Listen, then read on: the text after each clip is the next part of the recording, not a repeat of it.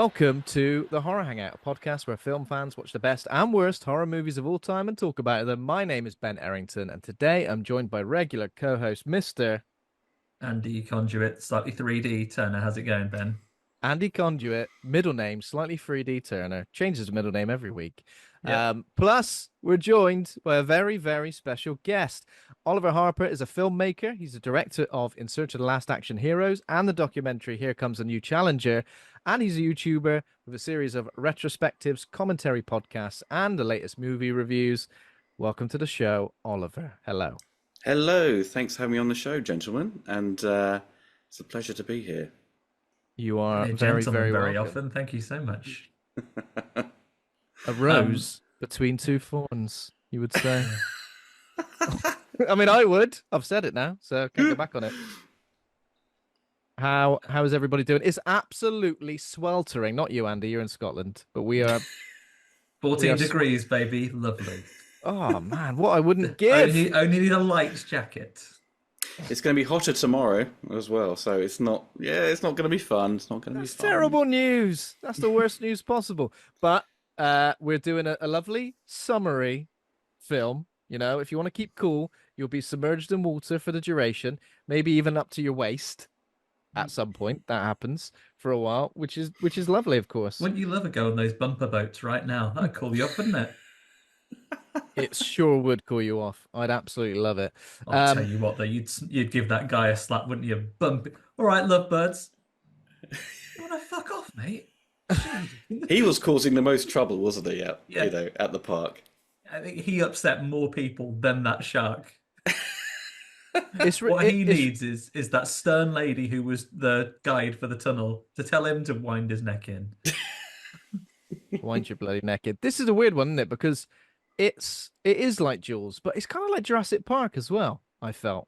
Is that a comparison that's been out there before? You can critique this film all you want, but effectively, no Deep Blue Sea, certainly no Jurassic World. No, the DNA, like sharks, has got a long way into the future. It's taken an interesting concept, though, isn't it, for the third one? Because they are, sort of repeating themselves somewhat from like number 2 did. So let's have it in an amusement park, which is like a superb idea, but they completely shit the bed with it, basically. They got bogged down with the old 3D effects. They went, you know what this needs? Floating body parts. That's absolutely what we need.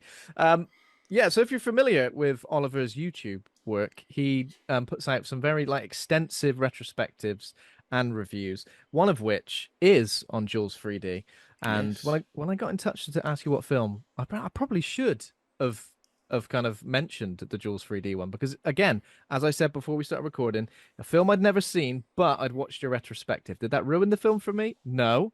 I feel like it made it better. So now I've finally seen it. Loads of stuff in there that I kind of didn't know. A great fact though, which while you were talking about the film, exactly the same fact that my girlfriend pointed out. She's like, "That guy was in Manimal," and I was literally like, "What? He was in what? Manimal?" So he's like, what was it, like one series of like a sort of 80s spy? It's kind of like that weird show. It was a bit like Tron. There's like this guy kind of, is it Electro Man or something like that? I can't remember the full name of it. But the guy from, from Manimal and stars in Jaws 3D, he was in Casualty for a number of years. That's right, isn't it? Sadly passed away though, Simon MacCorkindale? Yes, MacCorkindale, yes. That's right. I said that with a question mark, didn't mean it. I feel like, Andy, this is right in your wheelhouse, Manimal, surely. You know what? I'm not aware of Manimal.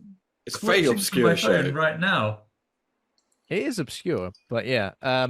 He turns up, but the cast is pretty stacked, right? Oh, it is. It's a really good cast. Lewis Gossett Jr., made famous for, Enemy Mine and co-starring in The Punisher. And he's sadly no longer with us, but he kind of plays a somewhat of a similar character to the mayor, like in Jaws, but isn't quite as greedy, I suppose, to a certain degree. But he's a little bit more careless, but he sort of sees his ways.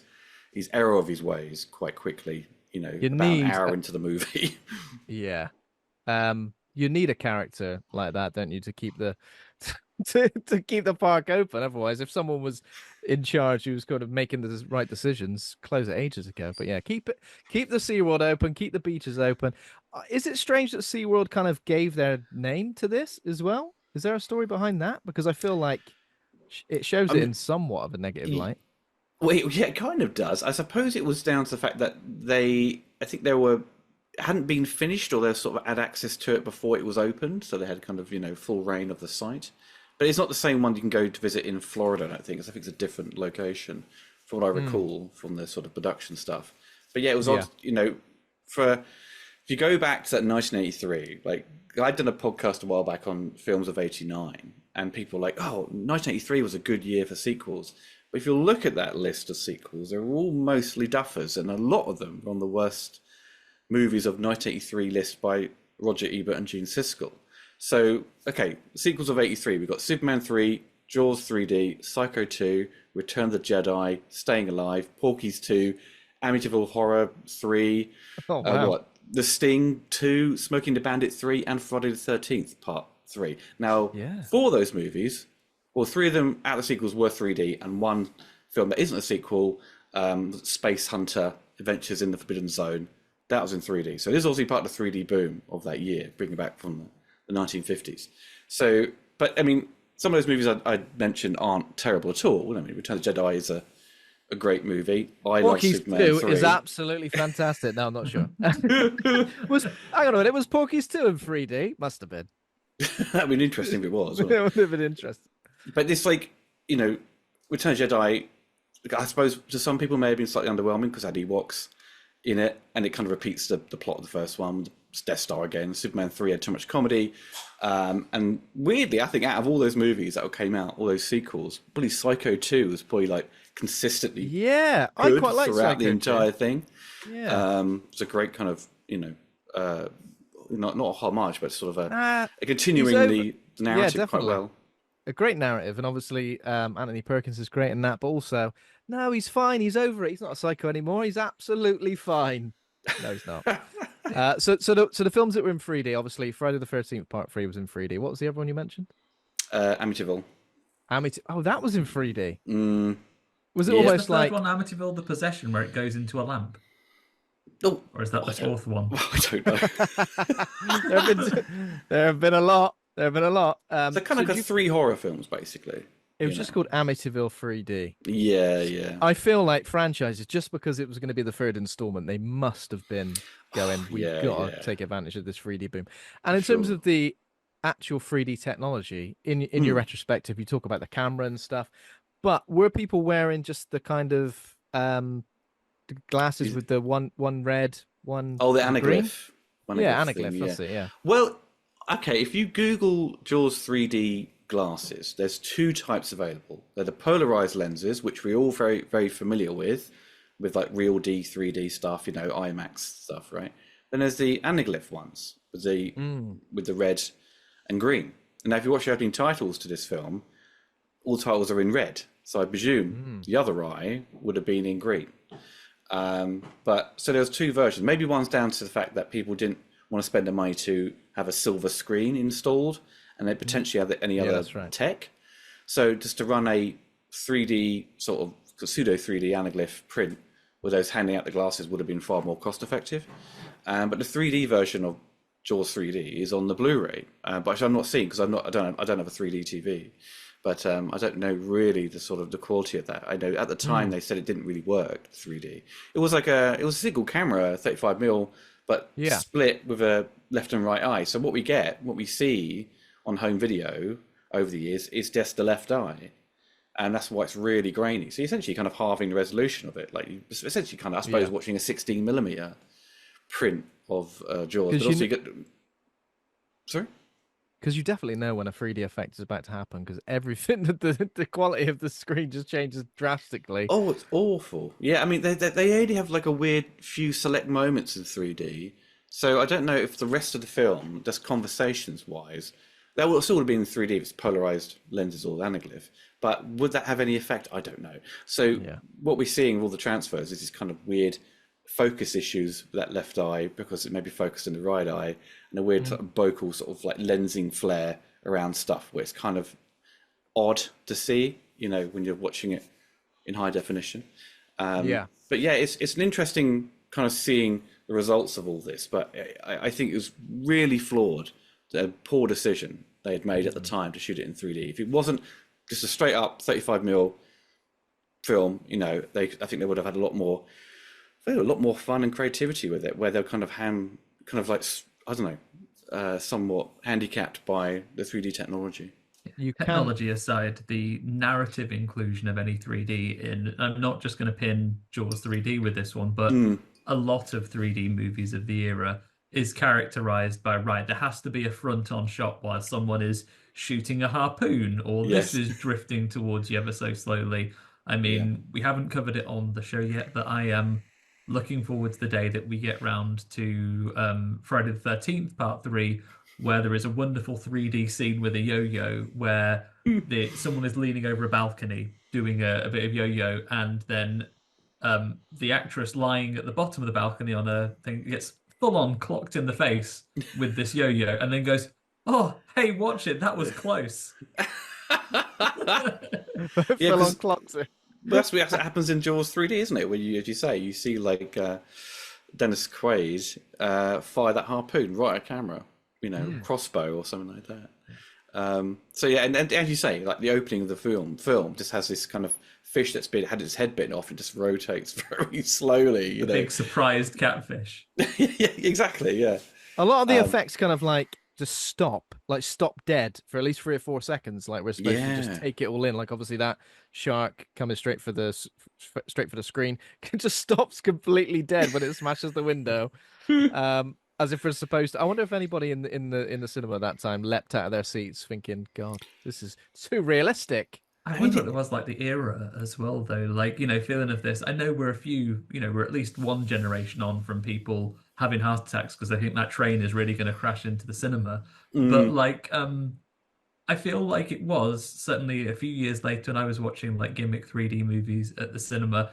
It was that you were like hands out wiggling your fingers when you go to like the 3D screening thing. I wonder if that was designed for them to literally be using it as like an experience, kind of in the same way that you go and get a bit of air blown at you in the cinema now. Yeah, you do, don't you? There's 4D screenings, don't you? I had that experience with Jurassic World Dominion, I think. It was a fun experience, but very strange, getting sprayed water. Yeah. Someone's going like air blown behind your head. You're like, what was that? Yeah. But as you saw with 3D itself, obviously we had it all kind of revitalized with Avatar. I mean, that was a whole feature, not designed to poke stuff at you. It was just kind of immerse you in this world. I think it generally actually worked. I've not actually seen. When you watch it on 2D, when it came out, it didn't quite have the same effect. You think, oh, the film isn't that great. And then I saw the sequel. 3D again is very impressive, but I've not watched it again because I don't think it would work as well in 2D. Yeah. So it's interesting to know that the polarized technology, the filters, wasn't a new thing when they introduced it to cinemas and IMAX. It was something that had gone on decades previously.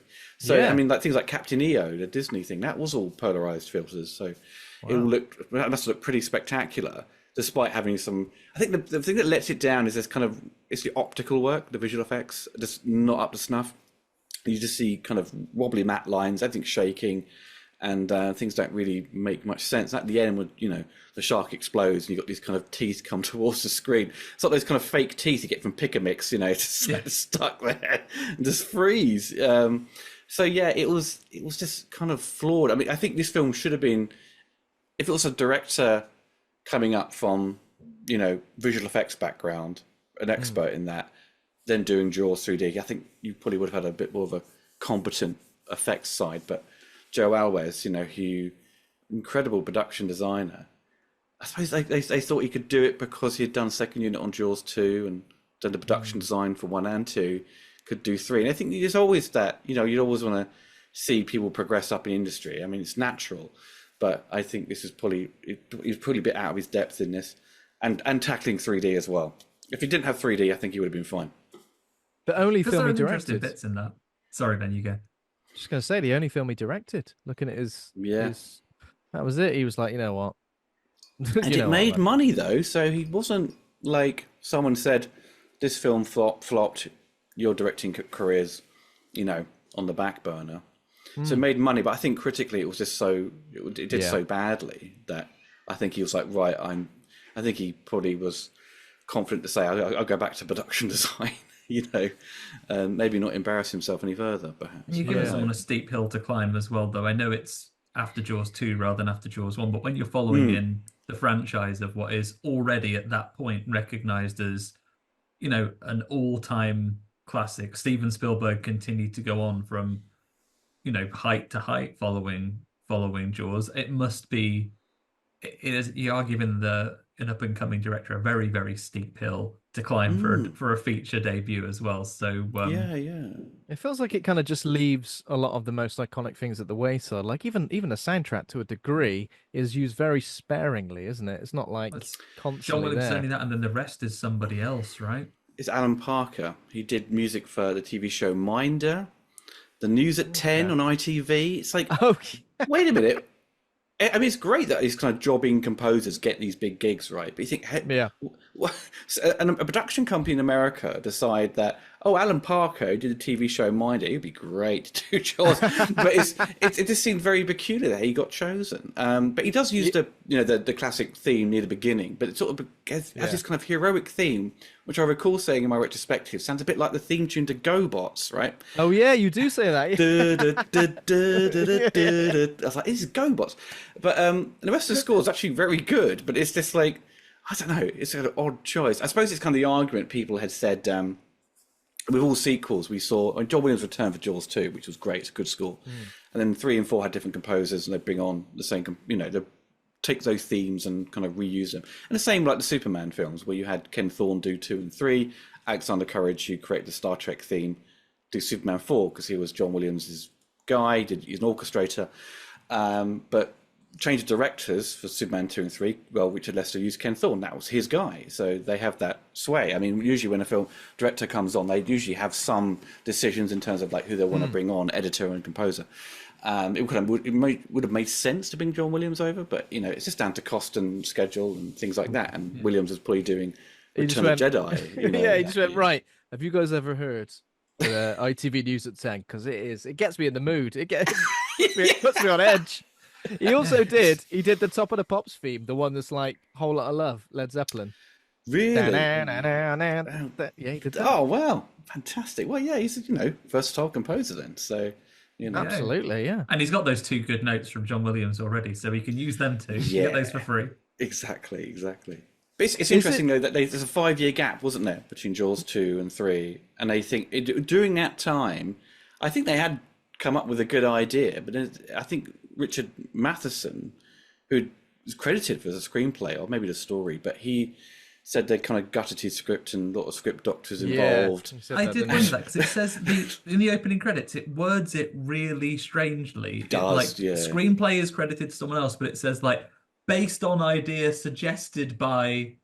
It is genuinely like that kind of wording. Yeah, I think it was like suggested by like on the novel of Jaws or something like that. Yeah, it's suggested by Peter Benchley, who I know as an author had a big problem because he became like a shark rights campaigner for the rest of his life after people started hunting and killing sharks, and then he felt incredibly bad about it and spent the rest of his life going, actually, people worse than sharks. Kill more of them.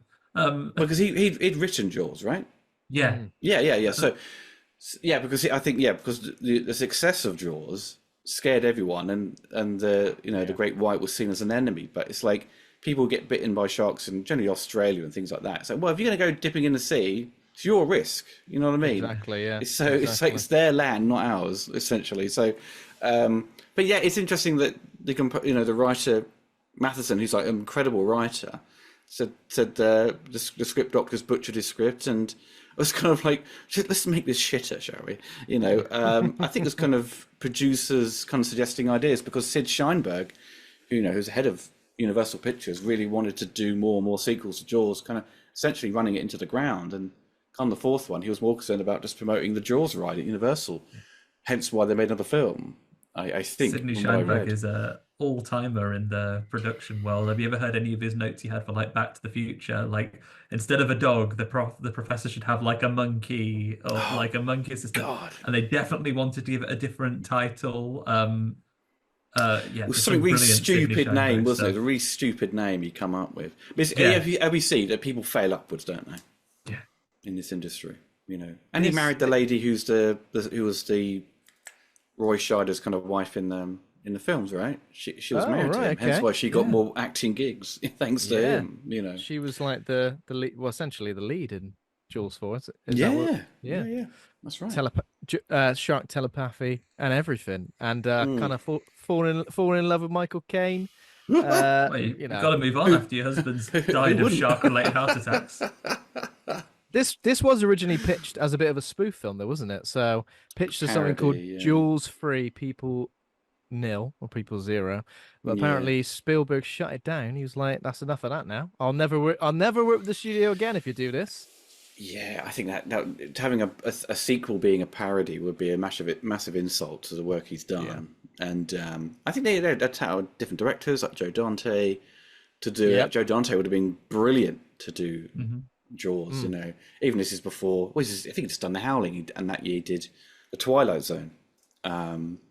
Like the segment, didn't he? Along with Landis, George Miller, and Spielberg. So yeah, it would have made sense. But I don't know, maybe in '82 he was kind of doing something else. But yeah, it's an interesting one, and it's interesting the fact that the quality drops off so badly after number 2. It's just like the quality control and the writing and everything just seemed to be, I don't know, it seemed to be supervised by executives who didn't know what they wanted and trying to capture that 3D boom.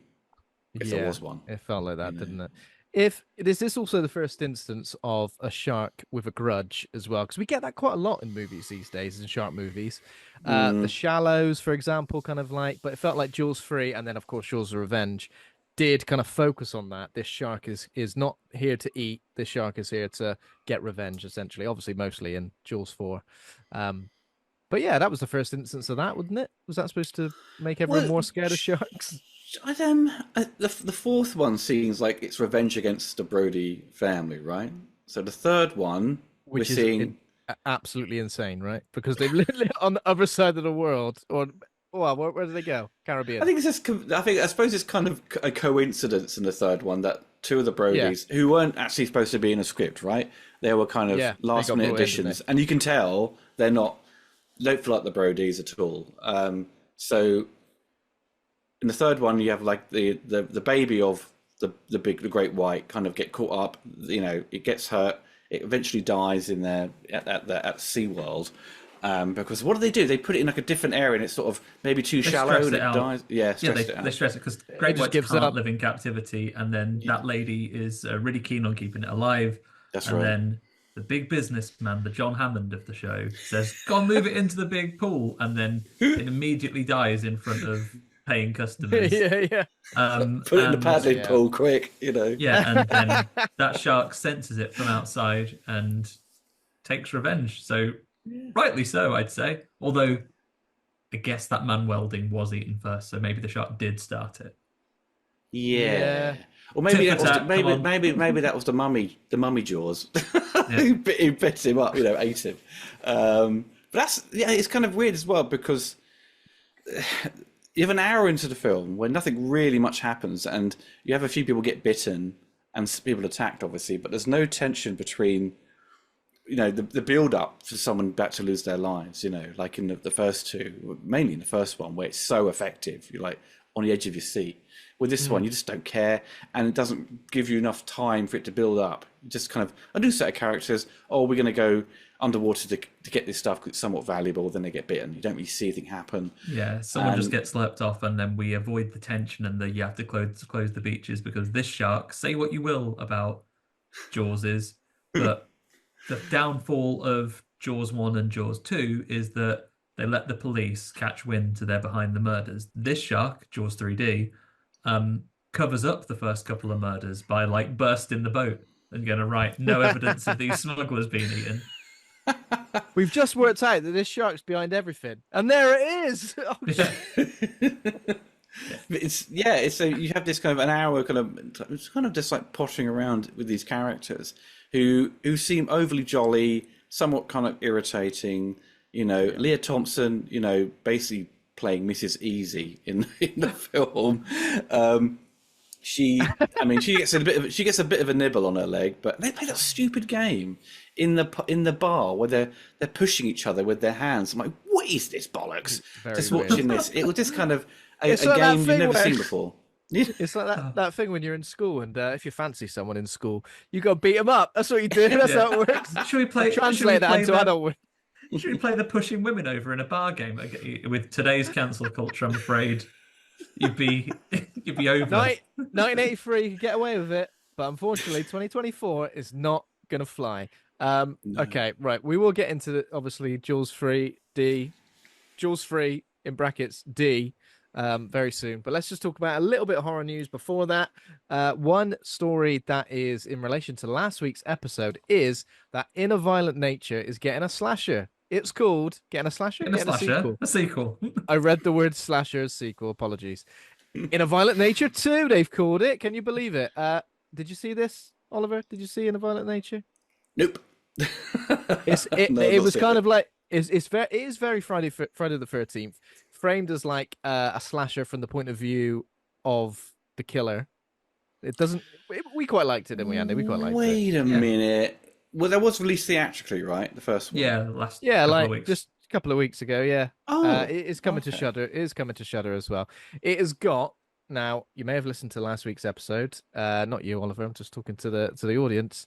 But they may have heard us discuss one of the most insane kills in probably slasher history.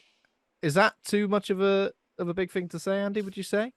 No, you go out there and say Yeah. it, Ben. I mean, I'm more cautious than you. No, it is. It's a big one. I think we said it on the episode. It's right out of the Mortal Kombat playbook. It is hugely over the top, and it's delivered practically, and it's really good.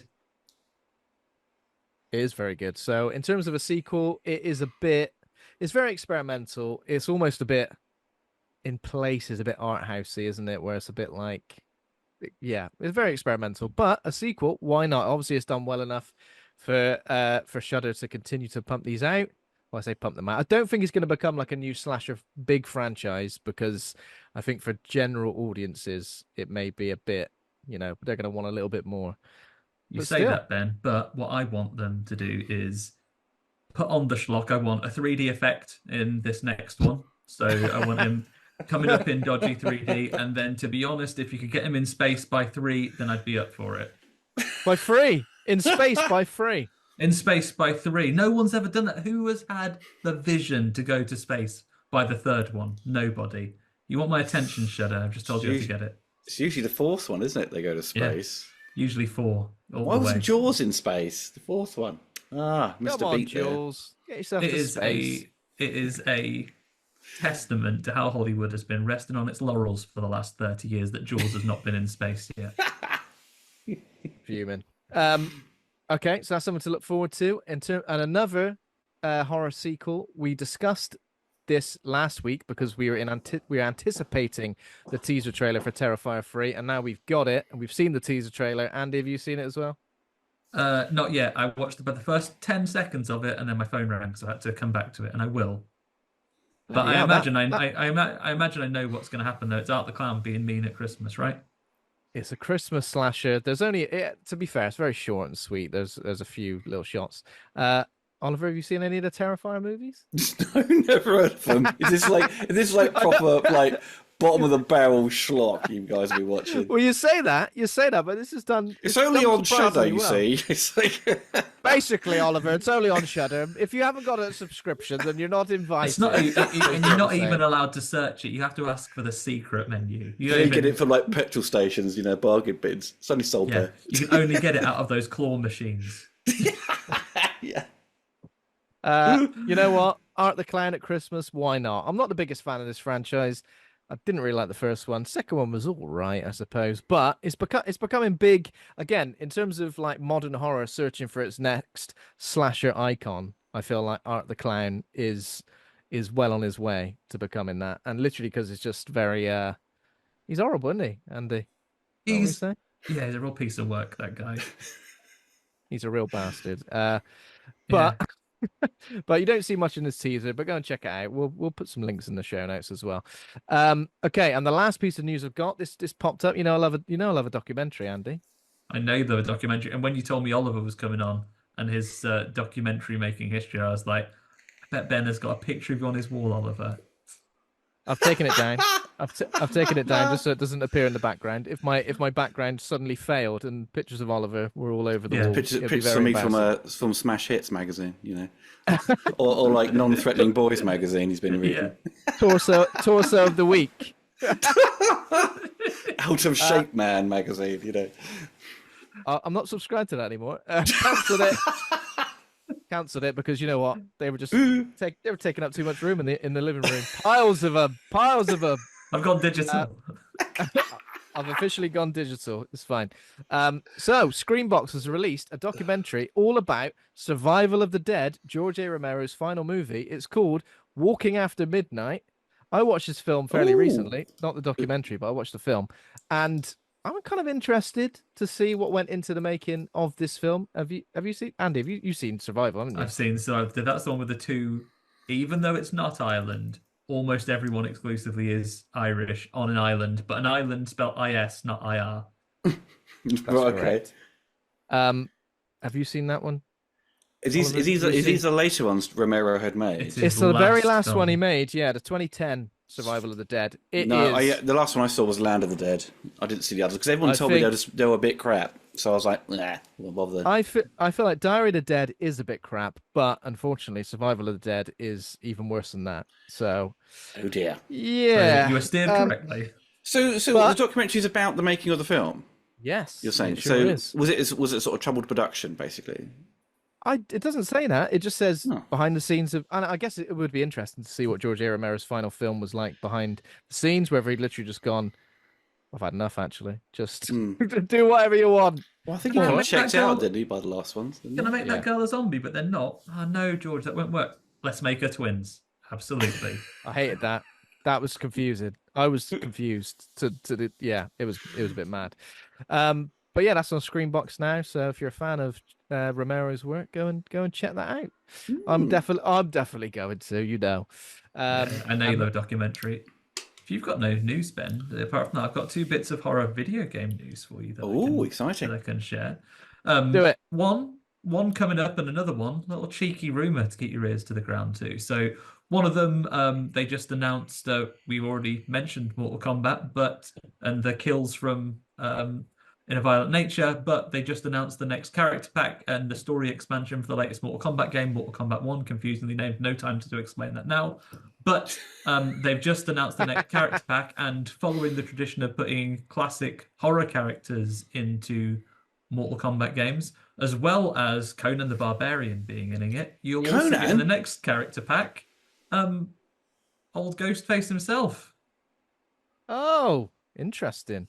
So, having taken a little steer this year to having like superheroes with Omni-Man and Homelander being in it, so back to the horror stuff with the Ghostface killer. I don't know who's going to be under that mask. Maybe they'll get all the voices. Because surely you can't have Ghostface going up against all of these characters, can you? Get his or her ass absolutely handed. Just give him a magic knife, he'll be all right.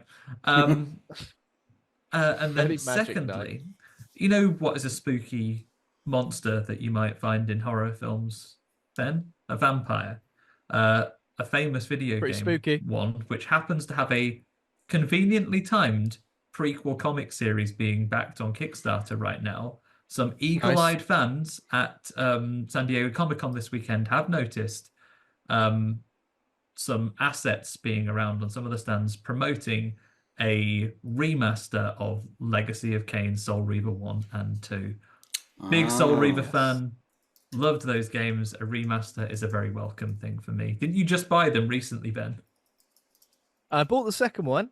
I didn't buy the first one, but I probably need to get a copy of that. I saw this and I was gonna let you know, but I thought let you discover it for yourself. You're a It's a remaster of the first one, is it? I think Soul Reaver 1 and 2. Oh, okay. Interesting. Looking forward to it. I do love a bit of video game news on here. of course, Oliver, director of Here Comes a New Challenger, the Street Fighter 2 documentary, which was lovely. I thoroughly enjoyed it. Is Good. there anything is there potentially a sequel? Is there anything else on the slate coming up? Well, in terms of not really a sequel, but there is talks at the moment with a new edition out next year, released by a label that works with Vinegar Syndrome. So potentially a new collector's edition, which I've got to work on, like new extras, basically. I think it'll be something simple, like Here Comes New Challenger Championship Edition, something like that, you know, to play on Street Fighter. Oh, I like it. So yeah, but I've got 2 other documentaries in the works. One I'm going to be directing and one I'm producing, but I can't announce anything just yet. So it'll have to be a bit later on in the coming months. But yeah, there will be something announcing on my channel. But now until then, it's going to be mostly focusing on YouTube. Is this a collaboration with Ty as well? Ty Singh? Yes, with Ty and we'll get out of him. and Rob Hill. So yeah, Very exciting. Nice. Ty has Bad Move Bible. Ty has been on the show before. Oh, good. Good. We had an exclusive interview episode where we went to one of the Bristol Bad Film Club screenings. We went to watch Sleepaway Camp, and then we chatted all about the film with him afterwards, which was fun. Fantastic. Been to the Forbidden Worlds Film Festival a few times in Bristol as well, which he's involved in. So amazing. What a collaboration. Andy, before we step away from video games and Street Fighter, Oliver, I put it to you.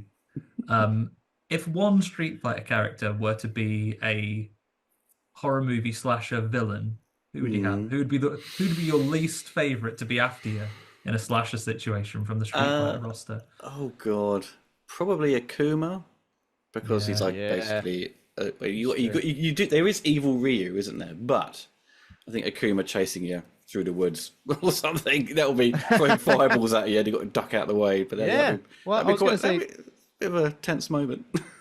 Incredibly tense. I was going to say douse him just because of the fireballs, but also the long reach. Incredibly long reach. You think you're safe? I'm miles away from him. There's absolutely no way he's going to get me. Got you. I'd go Vega, like a handsomer Freddy. True. Yes. Yeah, because he will, if you just one little scuff on him, he'll go ape shit, wouldn't he? Absolutely lose it. Yeah. You scarred my face, like in the anime, and he goes mental. I've no choice but to kick him out of a window. It's quite handy. Street Fighter characters aren't that scary, so it's only like a couple that you could, Most of them are quite nice. Yeah, have scary especially versions. Guile. We can have scary versions of them. Something like Winnie the Pooh, Blood and Honey. If they're all just zombies, it's that'll be fine. Exactly. There's always going to be zombie versions of characters, isn't there? There's always zombies. Exactly. Okay, let's move on to what we've been watching. Just before we went live to recording this, I did listen to watch to your review of Deadpool and Wolverine, Oliver. So even though it's not particularly horror, which it isn't, even though you've kind of got blood and stuff, let's briefly talk about that because I've seen it as well. Won't spoil anything. And have you seen it? No, my wife hates busy cinemas more than anything scary we could watch. So we'll go in a couple of days when it settles down. We'll go in a couple of months. It'll be all right. No one will be watching it. But Oliver, you seem to quite like it. Yeah, I did enjoy it. I think the comedy works really well. The performances are brilliant. There's a lot of emotional stuff to it with Wolverine, because he's in the sort of what the plot tells you in the story is kind of the worst Wolverine out of the multiverse. Not because he's a horrible person, but he's made bad mistakes in the past.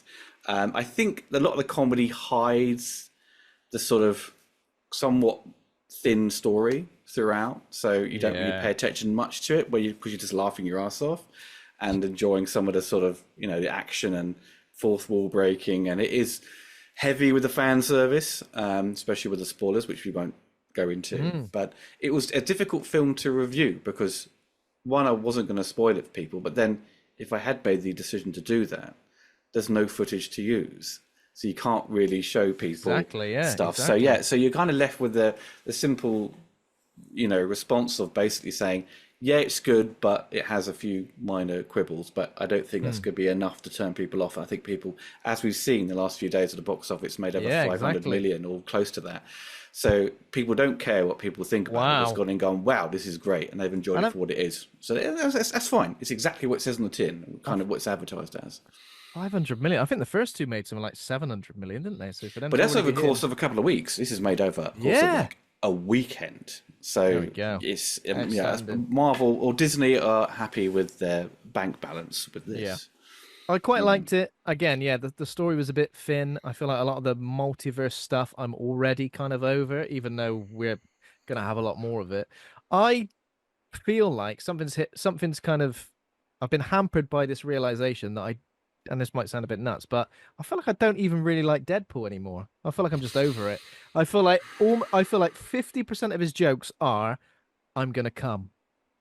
Or in in some format of that. I'm gonna come. And like Yeah. I get it and I like it and I like Wolverine and a lot of the inclusion of some characters was great. I feel like for me it was like a pretty average experience, but I found myself just waiting for the next cameo or the next big reveal. And for me, Yeah. that did make me enjoy it, but I feel like I'm not going to want to see it again because, Well, if yeah, you're sitting there waiting for the next cameo, you're not invested in the story. You're just waiting no. for, I want to see this other person who I think it may be, Yeah, yeah. and And there are some absolutely, again, not spoiling anything, absolutely unbelievable Wolverine moments oh yeah. that are like if you're a comic book fan, you will just be like, "Oh my God." And for that alone, Mm, even if it didn't have the cameos, I feel like I would have enjoyed it. But in terms of story, yeah, I was a bit like it was obviously a Deadpool film, but I feel like kind of hampered by Deadpool in a way. I was a bit like mm. his sort of mission in the film and sort of his yeah.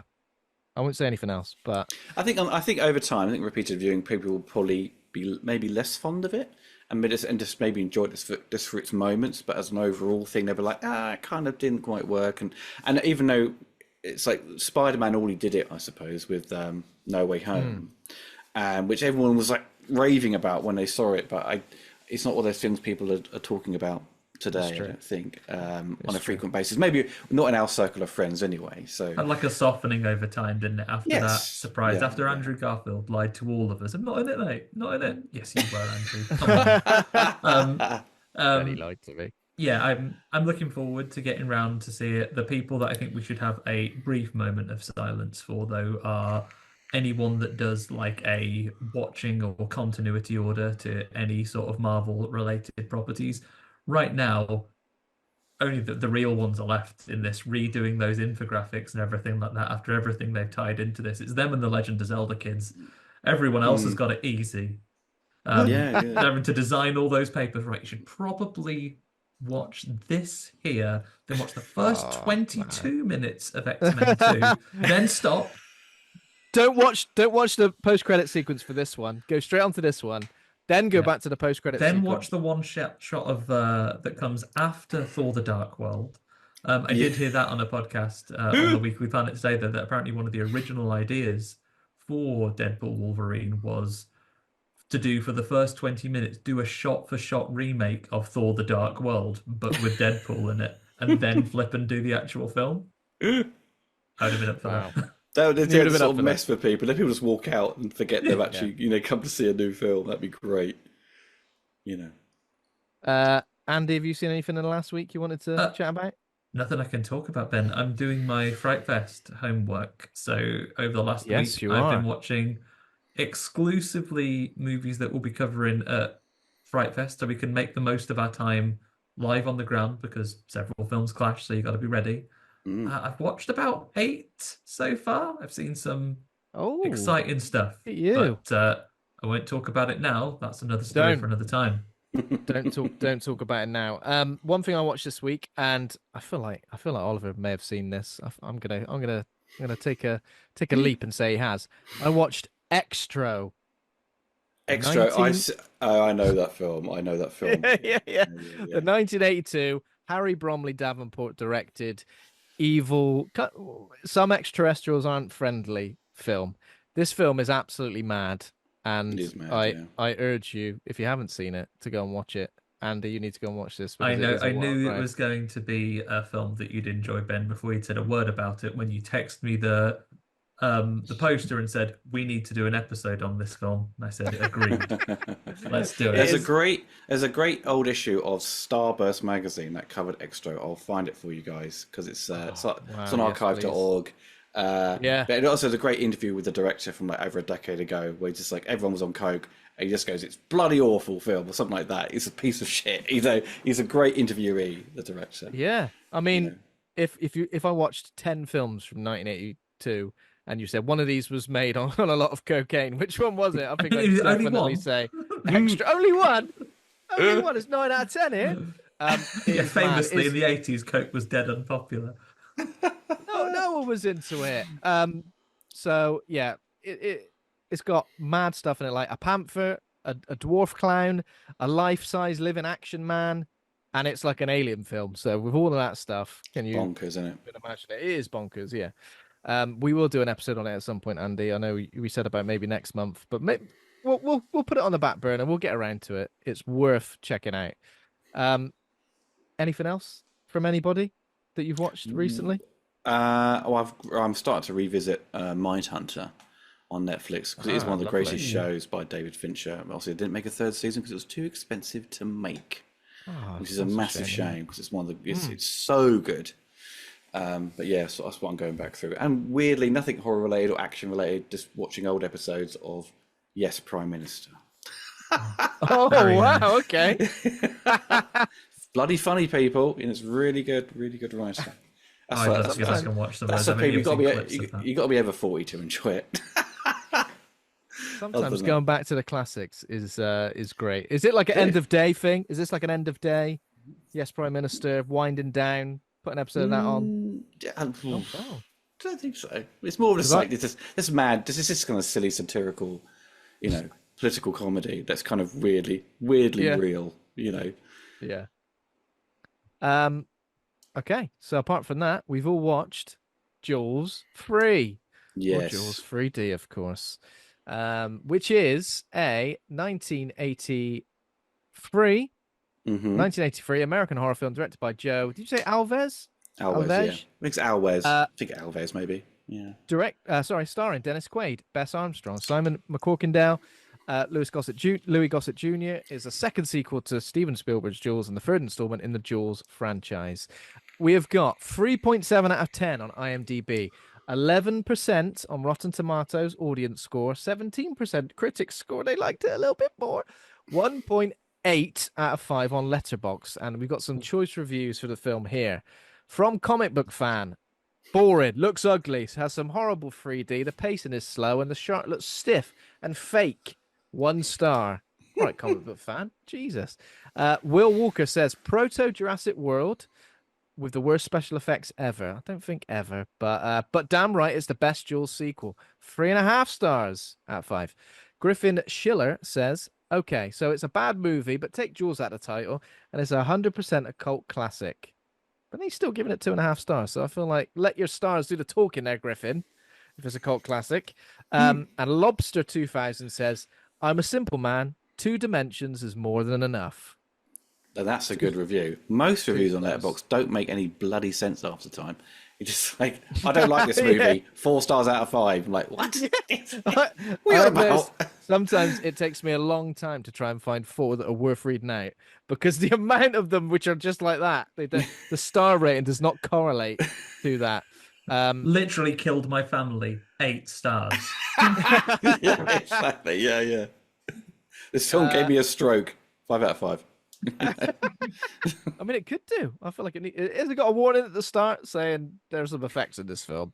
You may die of boredom, You may die of boredom until the dolphins turn up, and then you'll have the time of your life. It'll be great. and then it'll be like, oh, they enchanting are actually cruel with modern lenses on that. Yeah, very cruel. Very cruel. Don't put them in captivity. Don't put a great white shark in captivity. Don't put any of these little fellas in captivity because they'll just give up and just turn over like the shark. Yeah. They absolutely Padme it. That's what happens to that shark. He just gives up on life. Not Padme. It's like me when I've been in a Primark too long. Just do a big breath out and go grey. collapse, die. Just a big sigh, isn't it? A big breath out and then just collapse onto the floor. What's Go happening? grey. Oh no, he's given up on life. Go He's grey been like in the ET. Primark too long. So the synopsis is a giant 35-foot shark becomes trapped in a SeaWorld theme park, and it's up to the sons of Police Chief Brody to rescue everyone. Where is Police Chief Brody? He didn't die, did he? Yeah, he did. Well, in the fourth one, he's dead. There's a He's picture dead. of Yeah. him, isn't there? But yeah, I think it implies. I don't think it implies in this one, not at all, that he's No. dead. It's just like his sons are gone off to do something else, and one works at SeaWorld, and one comes to visit. He doesn't like being in the sea. That's it. Yeah. One comes You to know- visit, despite the fact he lives on, he grew up on Amity Island, which is off like Long Island, New York. Somehow is a cowboy now. Do you reckon he's reinvented himself at college? He's gone right. He's gone inland. He can't. He's not going to the sea anymore. That's common sense. He's sensible. Dennis Quaid is not. I kind of agree with in Jaws the Revenge, the character, the lead character, the mum. The mum. I know it's not her official title, but Mrs. Brody. I agree with her that she's just like, what's wrong with you lot? Just get the fuck out of water. Get away from the water. Let's go somewhere else. For God's sake. It's ridiculous. It is ridiculous what you're doing. But in terms of what's your relationship with Jaws, Oliver? Is Jaws one of your favorite films of all time, would you say? Well, I saw Jaws at a very, very young age. And it was on holiday. We stayed in this kind of massive hotel. Wasn't like a chain or anything like that. It was kind of, privately owned one down in Cornwall. And we had this kind of lounge area, and we watched Jaws. Was on TV. It was on BBC One. It must be 1986 or seven, something like that. And we came in very much near the end, and you're seeing the guy getting eaten by the shark at the end. What was his name? Oh my God. Quint. Yes, I always forget his name. And it's terrified me, absolutely terrified me. So that's kind of stuck in my mind. Every time I see it now, I'm like, I can't watch that scene. It's a bit like when I saw RoboCop as a kid and seeing Alex Murphy get blown to bits. It's really difficult to watch. Yeah. And so, yeah, I did. It took me a while to sort of to revisit Jaws, but when I did, it is an incredible film. It is one of Spielberg's best, and it deserves to be, all the accolades it gets, and it's to many people it's one of their favorite films. The Jaws 2, I kind of watched a few times. It kind of doesn't. I don't know. It's a good sequel. I mean, Jeanette Swark, who went on to do Supergirl and Santa Claus the movie, and Somewhere in Time, a very underrated movie, did a great job on Jaws 2 to sort of turn it around in such I think a very tight schedule or something like that, or replaced another director and saved it, and they made loads of money. But it was kind of, you're repeating things again, and that's what you get to the point where what else can you do with a shark attacking you? And you think by the third one, they've got the new premise of like it's taking place at SeaWorld, a big amusement park. That's a great concept. It's basically like, from the 70s, you've got Westworld. So taking that sort of, and what we eventually see with Jurassic Park. So you kind of confined all this into one area, but they just don't have fun with it. There's no joy in this film with the idea of being everyone trapped in this kind of underwater park. They could have had a lot of fun with this. And it's if you watch like The Spy Love Me, like the end piece where it's, battling the ocean waves and all trapped in, and you've got trying to escape, and it's all like flooding up. That's really tense. It's a great action sequence as well. This one just screws it up completely, and doesn't help when they're trying to have the whole film, in 3D and choosing select moments to choose to sort of make people jump, and they don't make people jump because there's nothing exciting about what you see. I think it was very bogged down by the 3D stuff, wasn't it? It kind of felt like we need this story to go in these directions because we need to show these effects, and unfortunately it just kind of didn't quite hit home. And yeah, I mean, I'm a huge fan of Jaws, and I think because I knew the sequels weren't great, I'd put them off for so long. I'd seen Jaws 2 a few times growing up.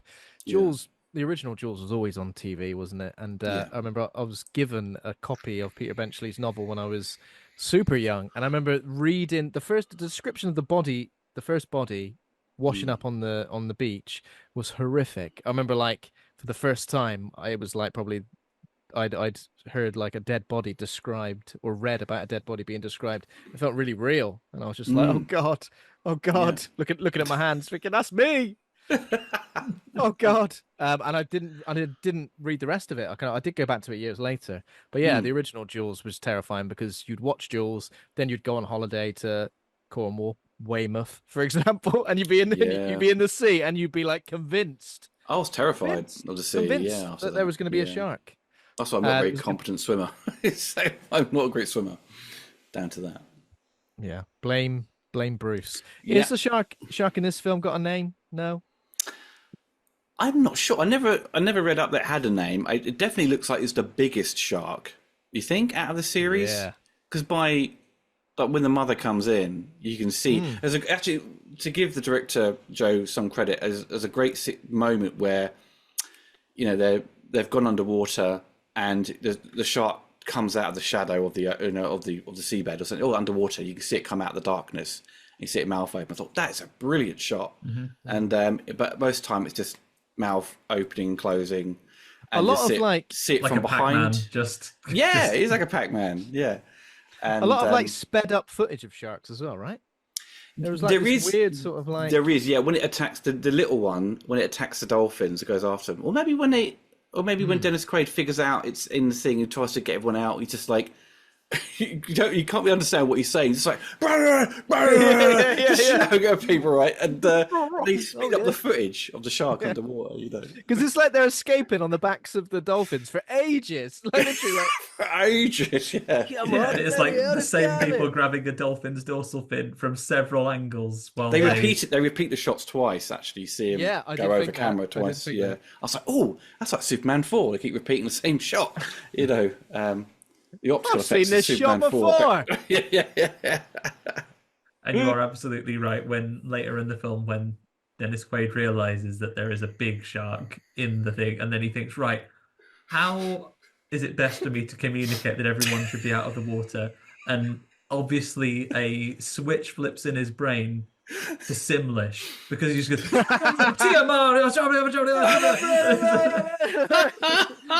it's like those guys. It's like those guys at the market. Commentary. Yeah, it's like those guys selling like cows at the market. It's like Vic Reeves club singer. He sounded like stop doing a waving his arms, fantastic pushing people into the water. GTA's that man out of a golf cart. That is great. That bit, God, that's. Oh, it's a whole film just feels like a complete screw up when you see all this stuff happen. And there's a great moment when they see the shark in the underwater section, and I think you see a head come up, don't you? And then the girl screams, and someone pushes her into into the. Oh, that's the face. When that mangled diver's face is there, and she goes, "Have a closer look at this one." Yeah, look at this woman. But yeah, that's what I think most guys would probably do to their sister. You know what I mean? Have a look, But yeah, that's a great moment. That is. Wow. Oh, but we come to this carnage after about 40 minutes of setup in the first instance. Oh, yeah. They set up these characters, and it's just kind of just dossing around, and and they go to the beach and hang out for a bit, talk a little bit, but there's nothing really moving the story forward, and that's the problem. I mean, I think once you get the documentary crew come in and say, well, we're going to film some stuff, that was it. But I mean, there's just like some bit of negotiations going on with Lewis Gossett Jr., and they sort of tell people about the park, how much they spent, like 34 million on it. I mean, it's just like that's not interesting. There's no sort of sense of danger or build up. The only sense of danger you're getting is kind of like people are disappearing. One or two people are not called in for work, and they find when you see the body though, like the guy who doesn't turn up for work, and I think his friend or his girlfriend turns up. She's frozen. It's his girlfriend. She's like throws all this stuff at his boss. Can you imagine that? You're pissed off with your partner, so you go in and throw like a duffel bag of their stuff at their boss. You tell him if he turns up here, if he doesn't sleep here, he's a dirty stop out. He doesn't live it, and then and then basically Dennis Quaid, like Midsummer Murders, like he probably like goes, she's probably dead actually. She goes, oh, all of a sudden it's like she's been accused of his murder. Like, oh. Imagine just being killed by a shark, and you're like, God, I wonder. I'm up in heaven, and I'm looking down, wondering how everyone's reacting to my death. Oh, there she is. I bet she's gonna be so upset. He's a dirty old stop out. He's a dirty bastard. There's when they show the body though, that's actually the most horrific moment when you sort of see all the flesh come off the body they've got on the table. It's like, they're hanging on it for quite a while actually. Yeah, it's like sort of eel or something come out of his mouth. And, he's got full of eels, and the shark has turned him into like a serrano ham. He's been salt cured under the sea. Eels up inside you. Yes, it's horrific. But also, I kind of didn't realize like how small the baby shark was, because I thought tiny, like it was a considerable threat, and I'm sure it was. But still, when you eventually see it, it's like, oh, look at the little fella. He's all right. He's just gonna die. And you see it though attack. It does this kind of like hammerhead attack where it's like sharks can't swim backwards, right? But it's just doing this, ramming the what was it, the gate or something like that. Tries to get in. Sharks can't swim backwards. You must have seen in Deep Blue Sea, which is 100% accurate. Those are mega brain sharks, though. Then that's right. Yeah, sorry. Mega mind powers. I think even the dolphins can do it as well, as they attack the big shark at the end. Trying to sort of help them out underwater. But you sort of encounter the baby shark underwater, don't they? Really, when they sort of go to investigate, because they're still kind of doing repairs, aren't they? Yeah, because they're still fixing up the SeaWorld ready for opening. And they're looking for this missing employee, effectively, because they think, well, if he's drowned, he'd have been washed out here, so he must be in here somewhere. So let's get our cardboard submarine. And they have a submarine that fills with water, because they still have their scuba gear on. I don't know what it's there for. And also when you see it appear on screen, it sort of turns, and all the optical effect just wipes out the back of it, so it doesn't look like a cardboard cutout. And then we get to see the people in the needlessly underwater control room just waving. I'm in 3D as well. I'm in 3D as well. All right, how's it going? Just a woman in a phone box underwater, just a big window to look out. All right, I'm going to be in this later. I hope a shark don't come face first at this window. That'd be incredibly. It's instantly drown me later.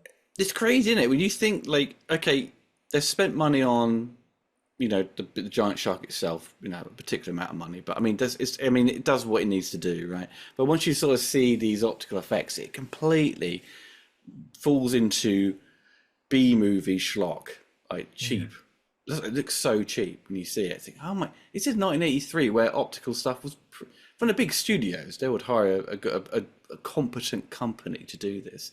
But you got Return of the Jedi the same year, where you've got the most miniatures thrown at screen, optically put in for the attack on the Death Star. It's still mind blowing to this day when you see Jaws 3D with that underwater thing just turning in front of camera, just optically wipe out, They've painted the lolly stick greens. They can key that out. Yeah, it's so shit. But then, obviously they counter the baby shark, and then they capture it, and it basically dies because of stress. Because of greed. Greed. Yeah, Lewis Gossett Jr. and his greed, Exactly, put it on there because I'm not making it, even though it's Friends and Family Week. These guys are coming because you've comped them the tickets, mate. It's fine. It's all comped, exactly. If you want to make making any money, they're comped. Put more salt on the fries. They buy more drinks or something. Don't move a shark. That's what everyone learned. That's what everyone learned from Theme Park, wasn't it? Exactly what I learned. Put more salt on those chips. Put more salt on the chips. You'll sell more drinks. Not too much sugar. They'll be sick after the roller coaster. Oh, they'll be sick. Oh no, the machines are broken down. I'm going to hire these guys, but I know they want to get paid more. So union disagreement. A union disagreement. What game are you playing there, 10-year-old Andy? Union disagreement game. It's all right. It's beautiful. His two hands coming in for a handshake, Yeah. Oh, what? I learned all of my theme park management skills from that one. I mean, it's a sad effort because it is in 1983. Two things that we wouldn't think of now. One, that £35 million would build you anything like an underwater theme park. Queen can't get her house fixed and repainted for that much. Billions that cost us. Meanwhile, also, I love the talk we have, when we're preparing for this Friends and Family event where the, I guess the supervisor or whatever, the lady that's in charge of all of the mostly female staff they've got to run the tours, tell them those shorts, don't make them too short now. I remember looking at it and saying, people used to think those shorts were short back in those days. Back in those days, Back I'll then, show you. they had I'll no show you idea. short shorts. I reckon you'd show someone you'd show someone from 1983 SeaWorld a pair of shorts nowadays, they'd die. It'd be like it'd be like telling someone from Victorian days about a mobile phone. They'd call into an org. Show someone from Victorian times the 3D effects in this film, and their brain. We just have to show them a bit of ankle and they'd probably faint. So. Yeah. 100%. Absolutely. So we've got two dolphin characters as well, Cindy and Sandy. They're afraid of leaving their pen. This is before, obviously, the juvenile great white shark turns up. That one's only 3 meters long, or 10 feet, in comparison to the 35-foot. To be fair, what's his name? Manimal. That's how I'm going to refer to him from now on. He's pretty good at working out how big the mummy shark is just based on the size of its bite, right? He gets it spot on. Just those Winona Ryder calculations. You're like, I'm Manimal. I turned into a shark once. 35 feet. Absolutely. So in terms of we got Mike Brody, and his girlfriend Kay Morgan. They're the main characters, aren't they?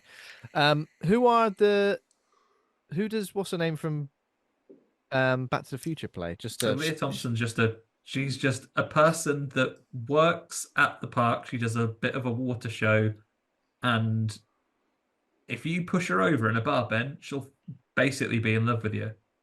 Exactly. That's how it works. They go to the beach, they get in the water. I felt like they were going to do the trick where they steal their clothes, but they don't. They just pretend to be security through a megaphone. His brother, bear in mind, he looks on and goes, I don't believe it. Leah Thompson has got my brother, who is justifiably so terrified of going in the sea. You just say it, wouldn't you? This would be one of those things when she's trying to get you into the sea. Because actually, if we're just going to have sex, can we have it on the land, please? Because I don't know if my brother mentioned this to you, but he almost got fucking eaten by a shark this time. And loads of people that I saw and grew up with was a young boy. I seem to have aged about 10 years in the last 5. I've got that trauma disease, unfortunately. He should have like PTSD or whatever, something like that, and it just demonstrates that the original script had no connection to Jaws 2. It was just a shark attacking a SeaWorld. I'm just a cowboy that doesn't like the sea because I'm a cowboy. Yeah, exactly. And it just makes no sense when you link it back to the Brodies. It's like, well, it does make sense of the fact that he's scared, but they don't actually utilize this fear at all. Just like, you kind of like, I don't really like it, but then he still does it, And I suppose he's going to get laid. I think that's why. I've got a very strong argument for you. All right, come on. Yeah, I'll do it. What if I was to ask you a second time? Well, the story, it could have allowed this character to overcome this fear, in order to make some sort of sacrifice or some heroic moment, but it just doesn't do that, does it? No, it's disappointing. And he just leaves the film in the third act. Oh, he does, doesn't he? See you later. Completely gone. When Leah Thompson gets a little nip on the leg, she goes, she's going to have to go to hospital. And he goes, I'll come in the ambulance then. All right, should we check in with you for the end of the film? Nah, just assume we're fine. See ya. We're all right. As long as we're going inland, that's all I care about. Everyone is very willing to get in the water in this film, aren't they? I know some people work at SeaWorld and they're trying to achieve certain things by going in the water, but even that point when I get in the water, at night as well, with the lights on, and what are they doing when they were literally trying to capture the shark. I'm just this is the shark capture when they've blamed it on the little shark first after the So when they do this first hunt for the little shark, they have a plan. Isn't it when they're looking for the missing employee and they go down to check that boat out, and that's when the little shark attacks them. Thankfully, there are several shots of those dolphins saving the day. I don't know why Cindy and Sandy the sharks ever were afraid of going out their paddock, because in every encounter we see them with the shark, they beat fuck out of him. Well, they do say dolphins are the bullies of the sea, aren't they? Yeah.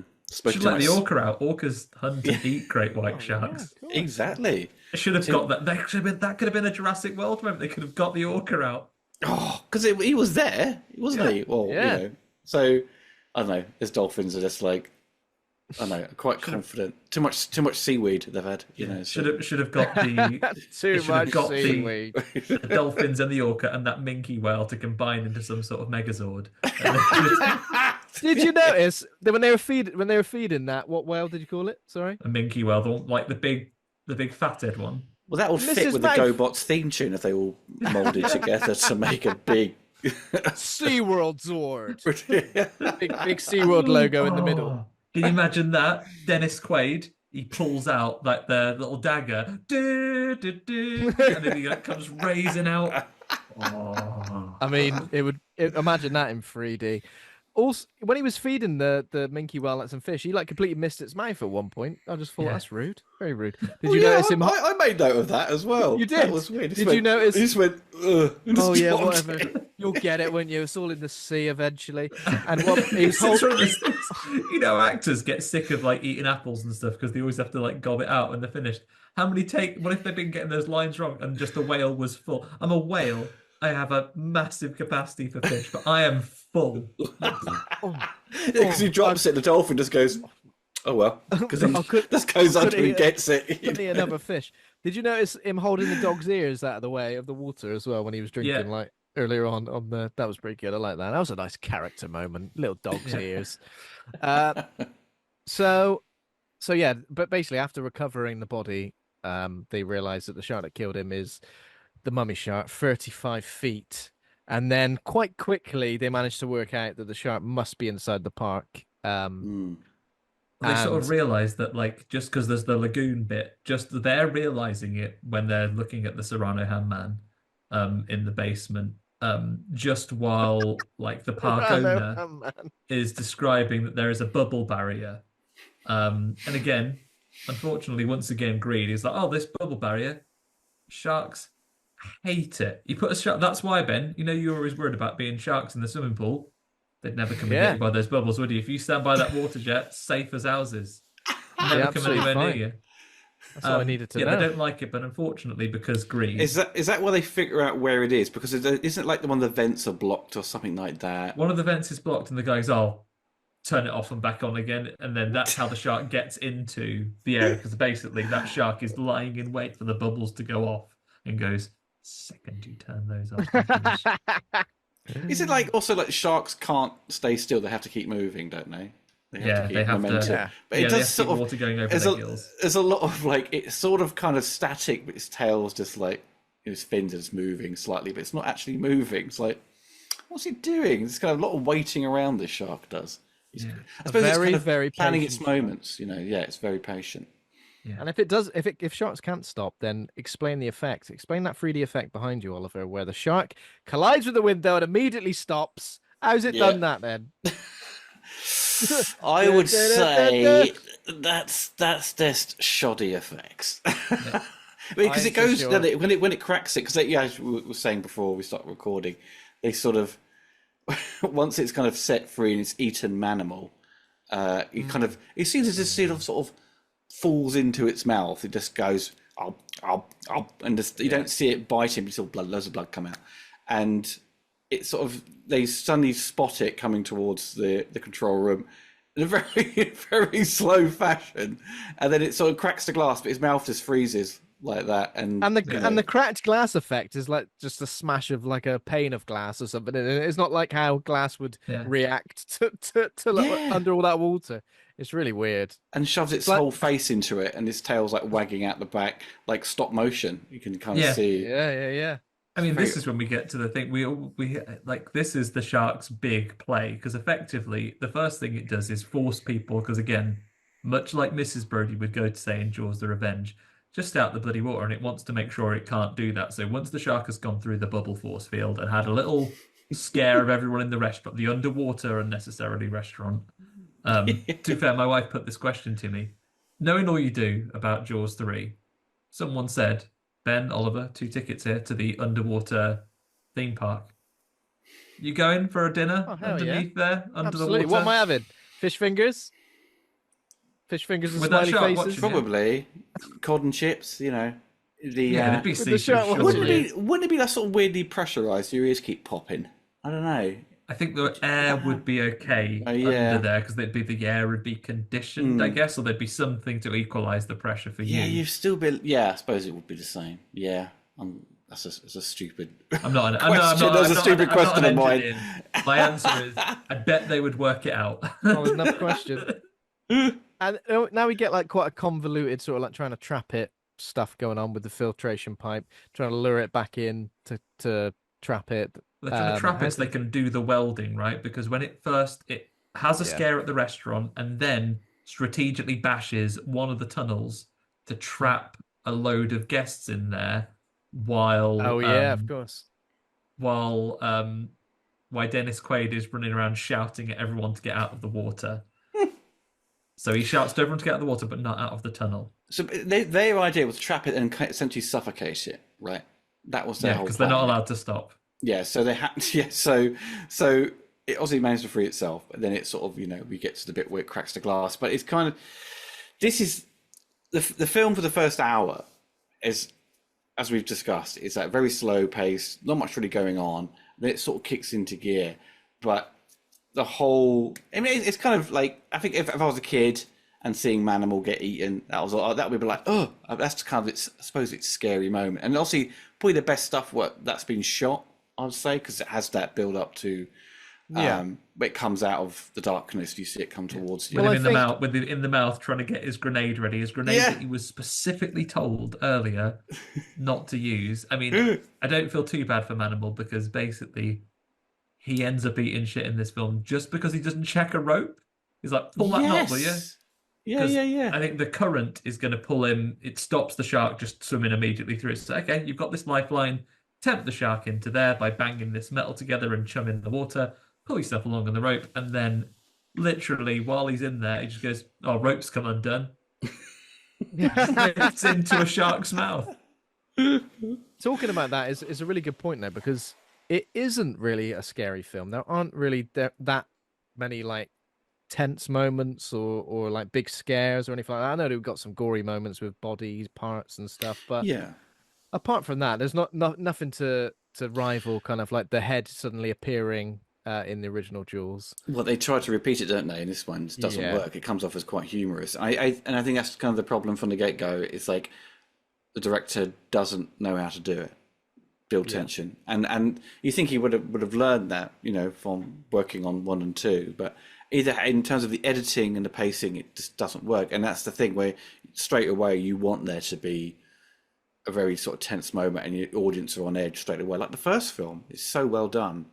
When the girl gets eaten at the beach, and this one, you're seeing as you say, a sort of catfish get eaten at the beginning, and it's not interesting. And then I don't relate to a catfish, If I relate to a human being getting eaten, I go, oh, that could have been me. But I don't see a catfish and go, oh, I ain't so sure about going in the water now. And then you got the next death is the guy trying to repair that barrier, and it's kind of weirdly cut, see him get attacked, but the main effect is just his arm floating in front of you. I mean, that's not interesting, Not the arm.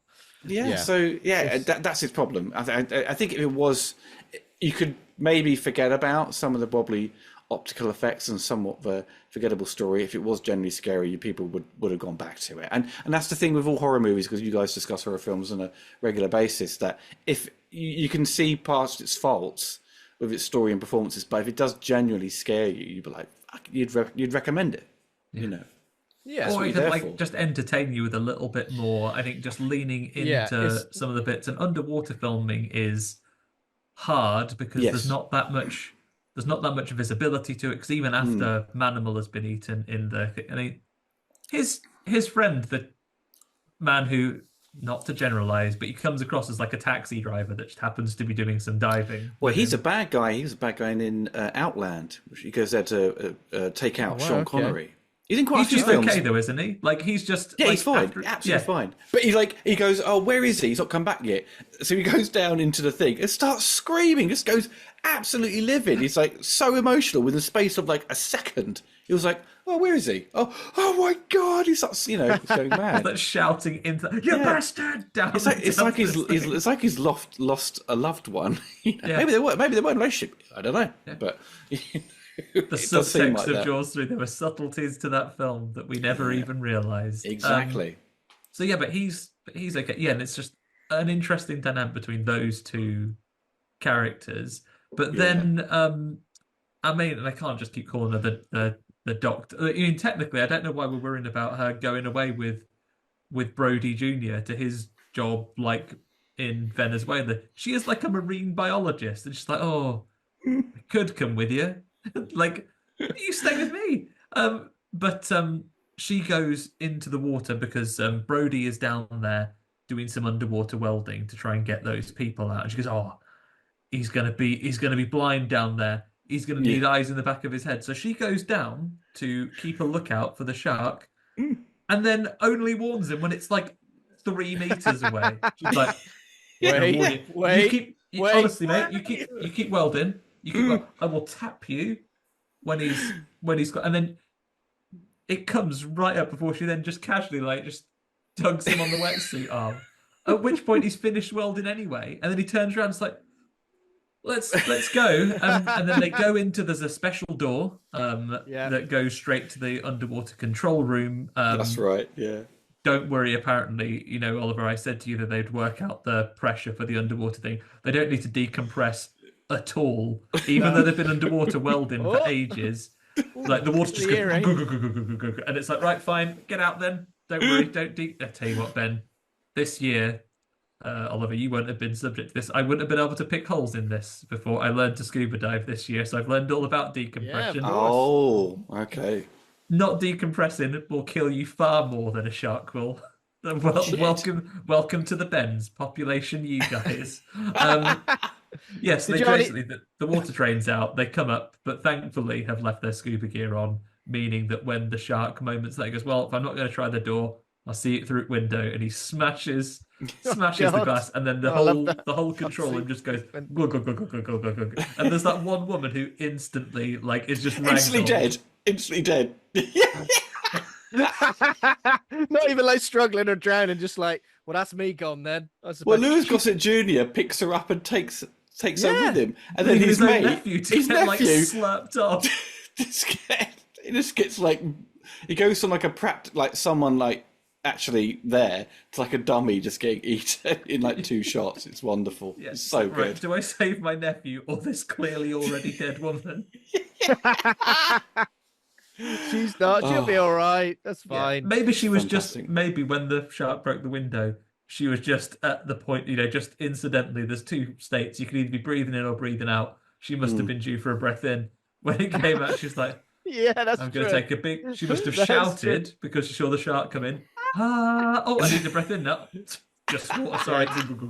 Instantly dead. She is sunk to the bottom like Sonic after that countdown. Yeah. So she is ragdolled immediately, but thankfully, our 2 main characters still have their scuba gear. Literally, just pop the regulators back in because they were just standing there, and they're like, "Okay, let's have a look around here." And then I tell you what, I'd have wished for death. I'd have been so frustrated bending that coat hanger and trying to get a grenade pin when it's hanging out of his mouth. God, yeah, red with a bloody needle. It was, wasn't it? God, it's unbelievable. It's like I would have died running out of air. I'd have been under there. It's like playing Operation Blind after you've had 6 Red Bulls or something. Jesus Christ. Yeah, the marine biologist would have gone up. Everyone would have been safely evacuated from those tunnels. They go, "We've done it then. What's happening?" "Oh, no, Andy's still down there." What's that? He thinks it'd be dramatic to pull the pin out of that grenade and blow the shark up, but he's been down. I've got to take him another tank of oxygen down. Be like, "No, I can get this. I'm so close." Oh man, horrific! But he does manage to get it. Pulls the pin, and then explodes. Explodes, and you've got some comical giant teeth come out the screen, and then freeze, and that's kind of the end of it. But but almost what the director was thinking though. What happened to the dolphins? Because everyone would think that. Everyone would because you think one of them got eaten. Right. You don't see it get eaten, but you sort of see it from behind, from the shark, where you think, "Oh, okay, he's gone. He's gobbled that up." Yeah. But no, they're like, "Is it Sandy goes missing, or Yeah, I think it's Sandy. One of them, isn't it? Yeah. So where's Sandy? Where's Sandy? And she obviously turns up, spins in the air. But the film ends with the greatest shot in schlock history. Is when they sort of cheer like this, and they optically like cardboard cutouts of dolphins spinning, and they sort of ends like that. It's like, what the hell did I just watch?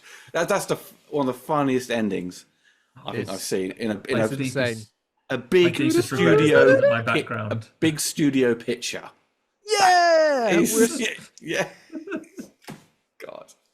Well, I mean, I think everyone should have. I think most people would have probably walked out of that, seeing that shot, and just laughing their ass off. I mean, is this a comedy? I can't tell. It is.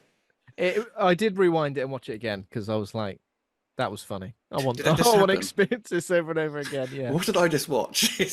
when I searched for Jules free GIFs on Twitter to post about watching the film, it was like that moment used over and over again. Oh, with the dolphins. Yeah. Oh my God! I've got to find that. So sad that isn't my background. I'm gonna have to. I should have done that. Yeah. Oh, the greatest shot from 1983. So there we go. Then that's Jules 3D. So I guess we got to rate the film. Is it out of 5 out of 10? What do you think? So school ratings. School ratings. F. A to F. Pluses and minuses are allowed. Rate good or rate bad. Where would you put this on the rating, Oliver? So we're doing ratings for gore or just overall, right? Overall. How much just overall, enjoy it? Absolutely. Okay, because it made me laugh a few times. So it's from A to F, right? So it'd probably get a D minus, I think, overall. Because it had funny moments. If it didn't have anything funny, even like unintentionally funny, because even the effects are unintentionally funny. If I didn't laugh, then it will probably get like an E minus, but it gets a little bit of a D minus because at the end of the day, it has got a good score. It's got a good cast that aren't utilised very well, but it's just sloppy direction. Someone is not experienced with the technology, and you've got a script that's being butchered. You know, you got Richard Matheson writing it, like one of the best writers of like the Twilight Zone and stuff. So yeah, it's just a shame, and I think it probably would have served everyone better if it was just shot regular film, 35mm. You know, not 3D. It would have been a lot better. It would have a lot more probably flexibility with the camera. You know, it's probably a heavy piece of kit. And I just like why for this film? You know, why for Jaws 3 had to be in 3D? It's just like you could see it with like Friday the 13th. Then the decision to do that because it's a horror fan base, it's a gimmick. People like that kind of gimmicky stuff for just a cheap entertainment.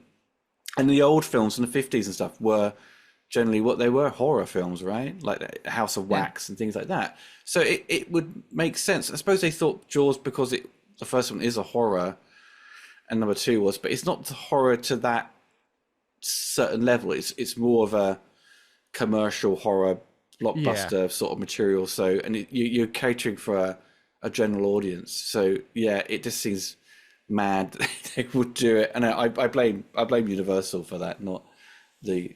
Maybe some producers just like getting a bit out of hand, and thinking they could make loads of money with this, because it's always the 80s was diminishing returns with sequels. Nowadays, it's like the opposite, isn't it? Really, it always make more. Well, the budget was $18 million and it made $88 million. Yeah. So is that due to the gimmick of SeaWorld for that? Yeah. Well, exactly. I mean, it's like, but. Is that because of the gimmick of 3D, or was just down to the fact that it was Jaws 3? Probably a combination, isn't it, of those two things? But yeah, especially considering this year was very big for 3D movies. Andy, are you going for something similar? Yeah, I'm gonna be quite close to Oliver on this one. I'm gonna give it a D because D still get degrees, Ben. But it was, but it's It was funny. It's entertaining. The effects are awful, even for the as Oliver identified. Even for the time, they're not the strongest 3D effects. The rotoscoped dolphins at the end are a thing of wonder. But did I not have a good time watching it? No, that isn't true. The ludicrousness of even the pushing game and the the slow start, it has, despite all the butchering and despite all the tampering with it, it has a good heart to it, and like I enjoy the ridiculousness of it. So if this was a Sunday afternoon and I've sat down after my dinner and it's on ITV2, am I going to sit and watch Jaws 3D? Of course I am.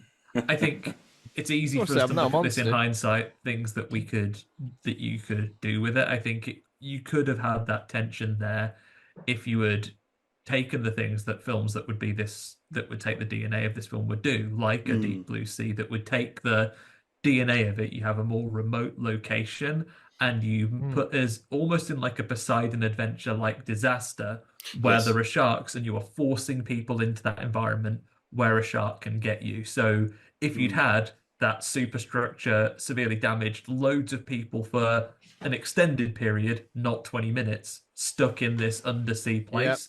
So people are I'm going to have to go out and do some welding so these people don't drown.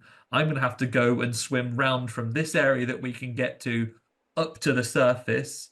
Take like that, I forget it's called, like the deep or underwater or something, things that go into the diving areas where, you know what, you cannot come up from this far underwater quickly, so you're going to have to come up slowly, and you're going to have to find a way that you're vulnerable.